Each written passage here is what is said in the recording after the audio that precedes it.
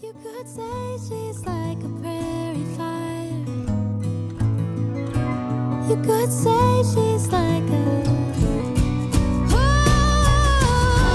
you could say she's like a prairie fire. A soaring spirit riding on the flames of her desire. If you feel a burden in your soul tonight, prairie fire is the name you'll know her by. Look how you light the midnight sky. Prairie fire, tell us why.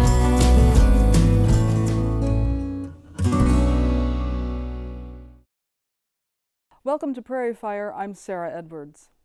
When I was a small kid, I lived in a town called Monticello, Illinois, not too far from here. And one of the favorite things to do on a Saturday for me in Monticello was go to a restaurant and deli called the Brown Bag. Now, the Brown Bag was run by a woman named Harleen Swing, who was a little intimidating to kids like me because she's kind of direct in her manner. Nevertheless, the Brown Bag has really become an institution in Monticello and in towns surrounding it. And so I thought it would be good to take a trip there, meet Harleen and also her daughter Leslie, who's taking the restaurant into the future.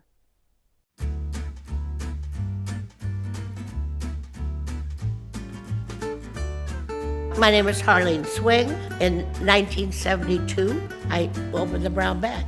Or it could have been 74, I don't remember.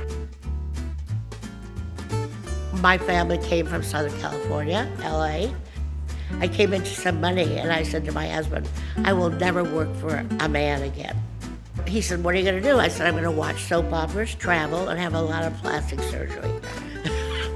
And then he said, no, seriously, what do you think the town needs? And I said, well, I haven't seen a decent deli in the whole Midwest except in Chicago. That's all I said. And he was an architect. And the next day he bought that building over there, the original Brown Bag, and was reaming it out. And I said, what are you doing? He said, well, you can open a deli. He wanted me to stay put. I called it the Brown Bag because I thought it was going to be a takeout restaurant. And then people were sitting on the floor there. So Jack made a couple of tables. And then we had a big doll store in here, and she left, and he was spackling up the holes, and they sat at that table. I mean, the customers will tell you what they want. Why I asked a man who doesn't cook to design a kitchen for me was really stupid. I tried everything in the world. Somebody said you should have breakfast, so I tried that. And then finally my husband and I sat down and said, lean and narrow. Narrow. So we just started making sandwiches, soups. I introduced bagel to Monticello. This guy came in and said, give me one of them thar boggles. And I would turn around and say, it's a bagel.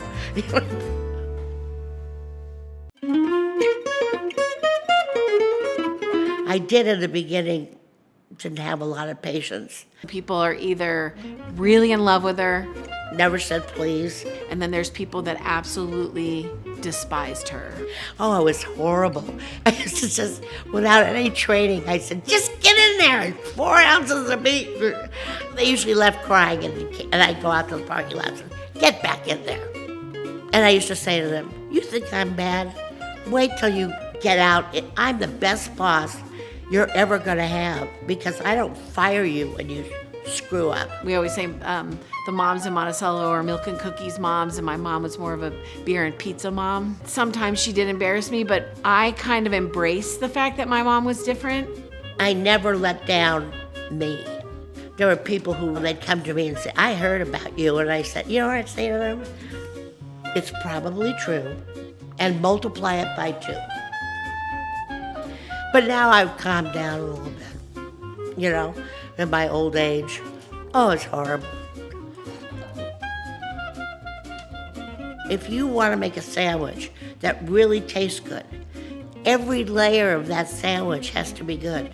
Everything's homemade here.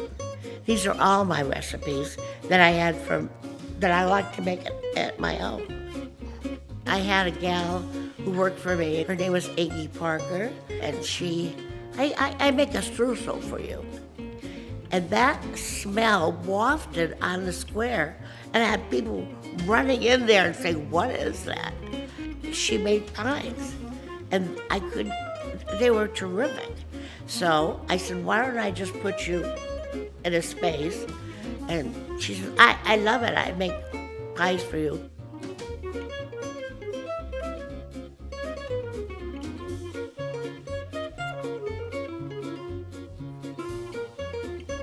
My husband was ill, and I wasn't here half the time anyway, and I had let the business slip.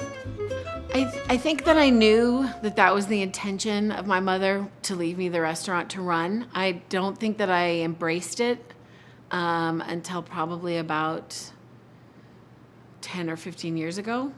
And so when he passed away, I decided that I was going to get out of it slowly. I didn't really recognize that she was easing out. I thought that she was taking time to grieve. It's too much to throw at anybody. You know, you try to give them 40 years of your experience. Slowly but surely, she just took over. When Mom walked away, it took 5 different people to do what Mom did. I'm not interested anymore, frankly. It's lovely not to talk to anybody for days on end.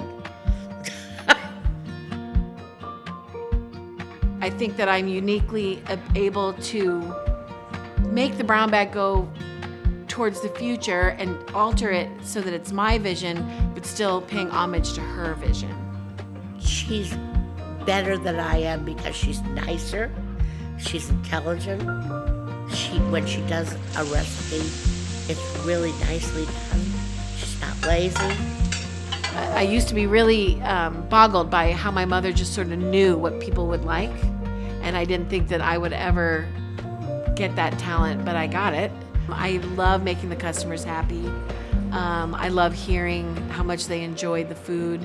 I also, I guess having a degree in psychology, I really like managing my employees. Lisa? The building is old. It is interesting architecture. Some of it works, some of it doesn't. And there's days when we are so busy that we've sort of outgrown this building. But the feedback that I've gotten is that even though moving to another building or building a new building that would be ergonomically fantastic and built to our specifications, this building is the brown bag. It's been the brown bag. It's always been the brown bag. And what a pretty place to come to. From the outside, it kind of looks like chaos, but we get it done. Yes, they do get it done at the brown bag, so much so that I invited my friend Tanisha Spain here. Hello. Tanisha, have you ever been to the brown bag? I have not, but it looks like the brown bag came to me. It did. I brought you sandwiches and a little kind of sample of everything. Yes. So this is the specialty of the house. This is the honeyberry roll-up, which the owner, Harleen, who you just met, says needs cranberry sauce. It's like you have, Thanksgiving turkey sandwich. Mm-hmm. Well, why on earth would you have a turkey sandwich without cranberry sauce when it's not Thanksgiving? She makes an excellent point. It is the #1 seller at the brown bag. Right, and I'm going to take a bite of it. Yeah, and this is an alternate version. This is the Honey Turkey Club, which is your basic club sandwich with turkey, and they also believe in lots and lots of bacon at the brown bag. This, I know, it's good, right? That's incredible. Yeah. The cranberry sauce Oh my really gosh. adds something to it. It really does. And this is the Dagwood. Turkey, baked ham, tender roast beef, Swiss cheese, tomato, pickled lettuce, and homemade Thousand Island dressing on a bun. Piled high, as they say. And if that's not enough, I brought you dessert, chocolate cake, and pumpkin bar. Wow. And their real specialties, pies by Ingy, strawberry rhubarb pie, and their apple streusel. Oh my gosh. And soups. And soups. And soups. Asparagus. I love a good soup Cream moment. of asparagus with mushroom and wild rice. And this is cheddar broccoli that you're tasting right now. How is it, Tanisha?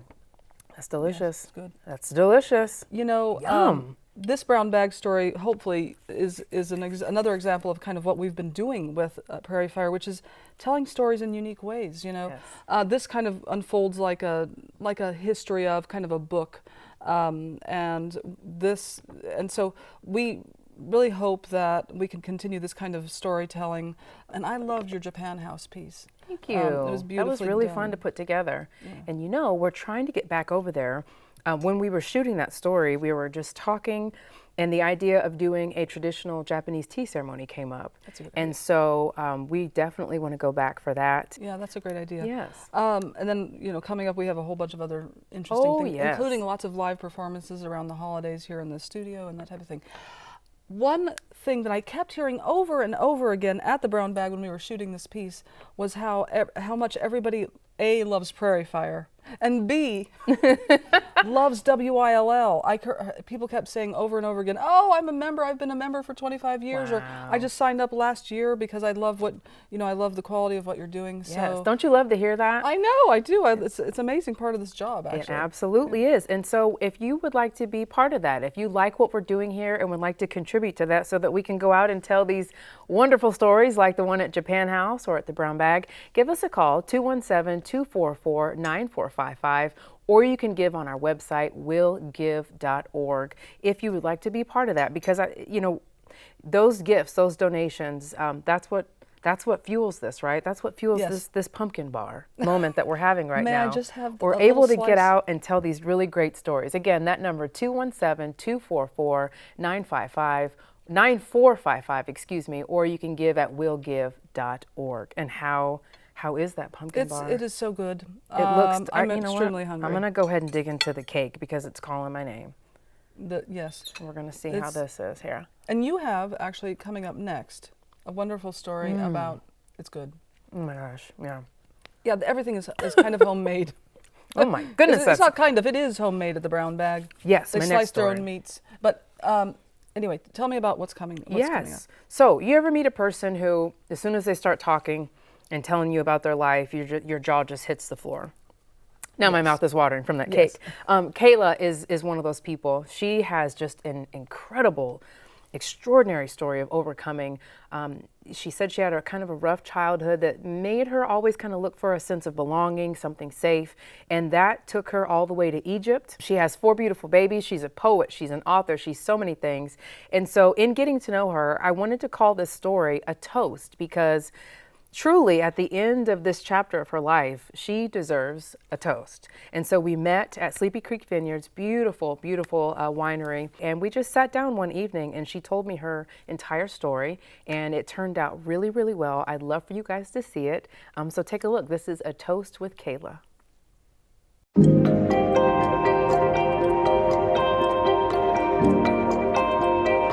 So just to kind of set the tone, you've lived a lot of life in your years. Yeah. I won't say the number, but you've lived a lot of life. And so the point of this series was to talk to someone and just hear a story, an unbelievable story of just overcoming obstacle after obstacle after obstacle. And as soon as I met you Yeah. and we started talking, I knew that you were that person. So let's start out with, and we're just going to jump all over the place. Who is Kayla today? Kayla today is the culmination of and the guardian of all the other Kaylas. So all of the Kaylas that I've been are still living there. And I view it as my special responsibility and privilege to look out for them and to kind of steer the boat. But all of their needs matter and all of their perspectives matter. And sometimes, 13-year-old Kayla will pop up with her perspectives and her needs, and I'll acknowledge and okay, that makes sense, and I'm gonna do what I can, but today we have to go to work. So or 28-year-old Kayla in Egypt will pop up and she's afraid, and I have to console her and remind her, no, I've got it going on. I've got everything fine. We're gonna take care of it. But yeah, I'm a culmination of all the people I've been, and I'm proud of all the people I've been. So Kayla today is sort of like the steward Yeah, of all the other Kaylas before her. very much. Interesting. Now, Yeah. as we sit here in Fithian, Illinois, did you ever think that you would be back in Illinois when you were in Egypt? God, no. And I say that with both sadness and joy, because first, I never wanted to come back here. When I first left home, I didn't want to come back. I thought I would be ashamed of myself if I ended up back here, because I had an idea of the kind of person who stays in their hometown, and specifically the kind of person who stays in Central Illinois, right? And then when I was in Egypt, I only wanted to be back here. I wanted to see green, and I wanted to smell the earth, and I wanted to be with people who spoke my language and who generally understood my culture. I desperately wanted to be here again. Before Kayla Rises came to be, Kayla was a girl who lived in a small Central Illinois town. So tell me a little bit about your earlier years. I read through your book, and you've always had faith has always been sort of a central theme. I became a very devout evangelical Christian when I was about 15. And I think it was, because the community offered me a kind of stability that I didn't have at home, a kind of security and structure that I did not have at home. And it offered me hope in a poverty-stricken home that there really wasn't much hope. The church offered me hope and connection and support that I didn't have at home, until they stopped offering me that support and connection, when I stopped abiding by their expectations. While on a mission trip to India, Kayla got pregnant. Expecting and unmarried, she says she was asked to leave her Christian college. I was really angry with God for a while. I was confused, and a lot of the things I learned in Bible college made Christianity untenable for me. I didn't believe it in my mind anymore. It was no longer logically sustainable for me. It didn't make any more sense to me. And so I said to God, basically, listen, we're going to go our separate ways. I don't buy it. And if you're saying that's the only way, well, I mean, I guess it sucks, but I don't fit this. This doesn't work anymore for me, right? Sure. Dio was born in 2008. Kayla was now living in Chicago. My son was about 6 months old, and I ended up homeless and in a really bad situation. And the church didn't have any help to offer, and my family didn't have any help to offer, but the mosque had help to offer. Kayla started studying world religions.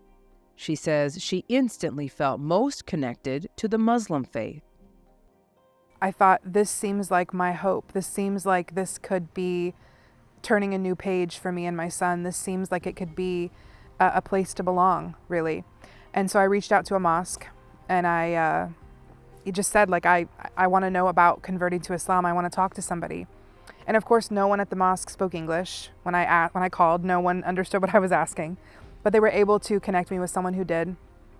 And she helped me to get a job at a boarding school in Elgin, which had lots of empty rooms. And so they invited my son and I, at the time he was a year old, to live at the boarding school while I worked there tutoring English. And that was definitely a new page.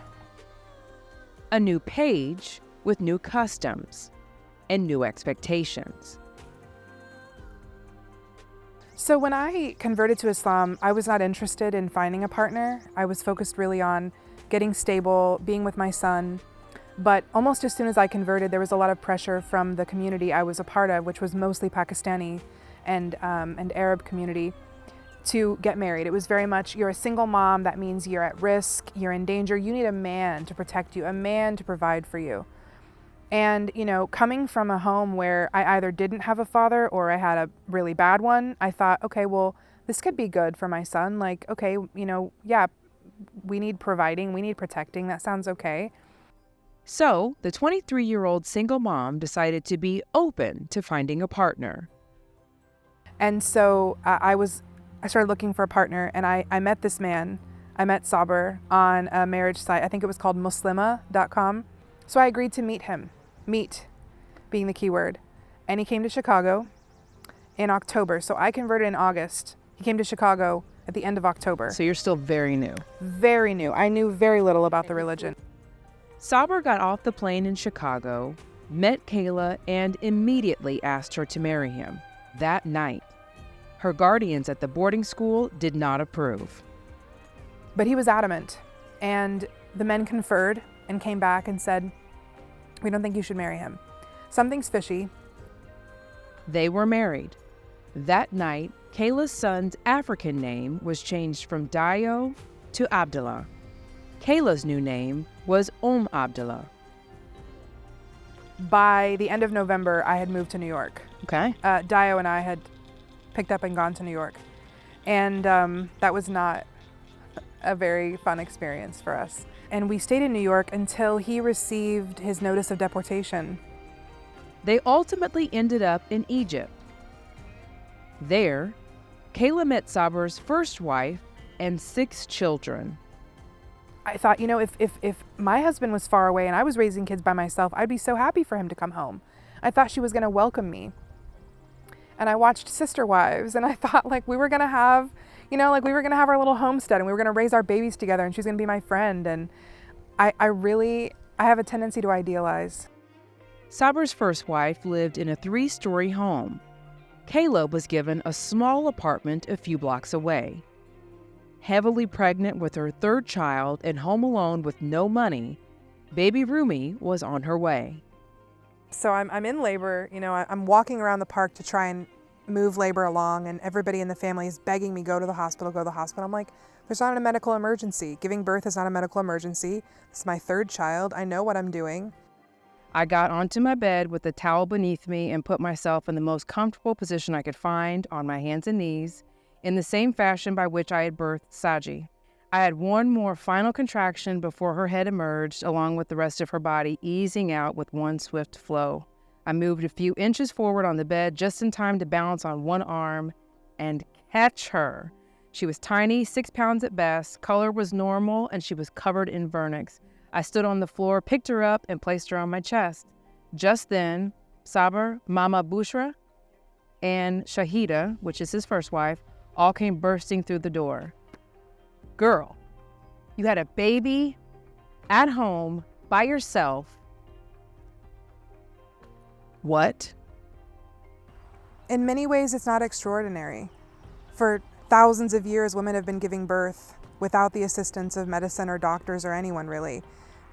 In many ways, the experience tied me to the universal experience of being a woman in a way that I'd never felt with my other birth. But, what I remember most about that moment, giving birth to her, was this feeling coursing through me that I was one of trillions of women who've given birth. I was connected to the divine feminine force. I felt like a god. I felt, even now I can feel it. I can feel the feeling. I knew, that was the first time in my life I ever knew that I had power. And I felt the power coursing through me. And I named her Rahma, which means mercy, because I needed mercy. I needed some relief from the hell that I was going through. I had, I don't really even know how to put it in words, but every day was hell. It was torture and isolation. And, he was lying to me and abandoning us and leaving us without enough food. And a lot of times we didn't have water because the water system, the irrigation system would go down and we just wouldn't have water. And he would just leave us without money. In 2014, the Egyptian president was ousted. Kayla's husband, Saber, was of the same political party and faced threats in his homeland. Basically, they told him, if you don't leave Egypt, we're going to kill you. So he fled the country. He fled Egypt because he supported the president. And the people that took power didn't support the president. It was a military coup. So Saber abandoned all of us in Egypt and ran away to Canada, left all of us, the wives, the kids, everybody, and ran away to Canada. After 6 months, her kids went to Canada with their father, a political refugee. Kayla ended up back in the States, homeless and in another shaky marriage. I naively married yet another man that I did not know, for desperate reasons, like before. Sure. kind of a repeat almost.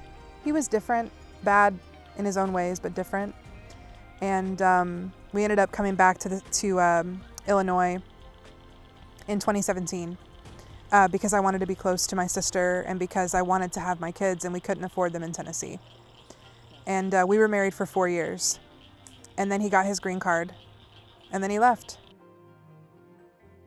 That was 4 years ago. Since then, Kayla's been to therapy, written 5 books, and found love again. Our first date was actually here at Sleepy Creek almost a year ago. Oh, fitting. I didn't know And, that. you know, he loves my children as they are, and he accepts me as I am, and I accept him as he is. And I never imagined I would have such a loving relationship, you know, after all that I've seen and been through. But, you know, when I chose my new persona, it's Kayla Rises because I just keep rising. I burn up, you know, like a phoenix, like I burn and I burn and I burn, and I've had so many ego deaths. I've seen the end of so many versions of myself. I've watched myself die in so many ways, so many times that I'm not afraid anymore. I have seen the very bottom of who I am. And I don't have anything to lose.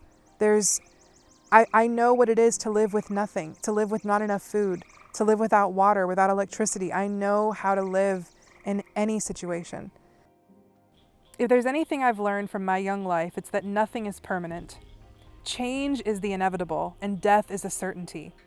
Trauma taught me to never relax too comfortably into happiness. Just as ease follows hardship, I've learned that hardship inevitably follows ease. I've always been a writer. I've been writing since I was young. I remember in like junior high, I wrote a memoir called Unknown Reflection. Oh. It was very much Mulan, like when will my reflection show who I am inside. I wish for the life of me that I had saved those floppy disks. The kids now range in age from 15 to 9 and have all developed into their own unique person. So Dio is 15. He'll be 15 in a couple of days, actually. Dio is very talented in the arts. He draws very, very well. He's a singer and a dancer, and he's in show choir and orchestra. Dio has a heart of gold. Seji is 12. She is very allergic to animals, and yet she's an animal whisperer. All animals love her. They just flock to her like Snow White. She's got a gentle spirit, but a fierce wit. Rumi is 11 now. She just turned 11. Rumi is a fashionista. She loves all things fashion. She's always drawing dress ideas, and Rumi is a wonderful singer. She's always like kind of humming to herself while she's doing things. Dio is an excellent whistler, by the way. My house is full of singing and whistling all day long. Nice. And Izzy is 9. Izzy is the easiest of my children. He is always happy. He's very into parkour. He's always like bouncing off of things. He's literally like just hanging off of things like a monkey, just bouncing and hanging off of everything. Last question. Who is Kayla? One more time. I think that Kayla is a poet. I'm an artist, and I'm a storyteller. With all the sorrow and all of the hurt and the unimaginable pain that I've experienced so much more joy. I count myself very, very blessed for the joy and the beauty that I have witnessed. Thank you so much for sharing your story. Yeah. So glad you're still here. Thank you so much. A toast to you. Me too.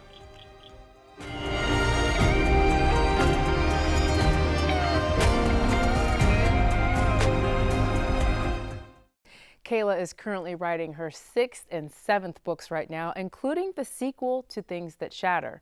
And for more information on Kayla or to watch our entire interview, visit our website, will.illinois.edu/Prairie Fire. You can also find links there to some of her poetry and the other books that she has written. And that's it for this installment of Prairie Fire. For Sarah Edwards, I'm Tanisha Spain. Good night.